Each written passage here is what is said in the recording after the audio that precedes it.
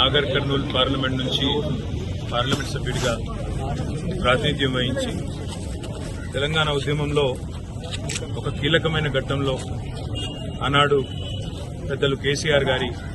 పిలుపును అందుకొని తను అధికార పార్టీ అయిన కాంగ్రెస్ పార్టీని వదిలిపెట్టి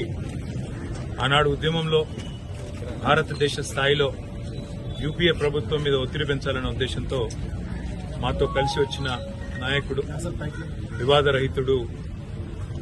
సౌమ్యుడు, విద్యాధికుడు,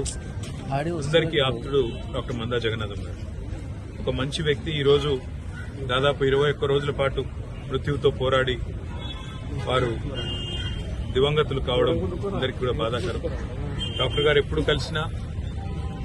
ఒకటే మాట చెప్పేవారు, మీరు ఇంకా బాగా కష్టపడాలి, మన పార్టీ ఇంకా బాగుండాలి, తెలంగాణ బాగుపడాలి కోరుకున్న వ్యక్తి. ఒక విద్యావంతుడు, ఒక సామాన్య కుటుంబంలో జన్మించి 4 సార్లు పార్లమెంటు సభ్యుడిగా గెలిచే స్థాయికి ఎదగడమే కాకుండా మరి నాగర్ కర్నూలు పార్లమెంటు కూడా విశేషమైన సేవ చేసిన నాయకుడు, మహబూబ్ నగర్ జిల్లా అభివృద్ధి కోసం పరితపించిన నాయకుడు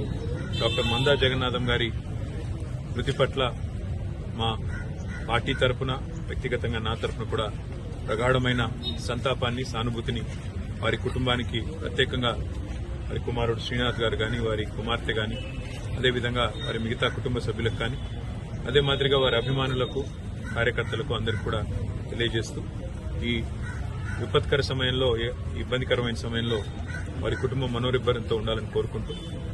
వారి ఆత్మకు శాంతి చేకూరాలని, స్వర్గస్థులైన వారి కుటుంబాన్ని మొత్తం కూడా ధైర్యం ఆ భగవంతుడు ప్రసాదించాలని కోరుకుంటున్నాను.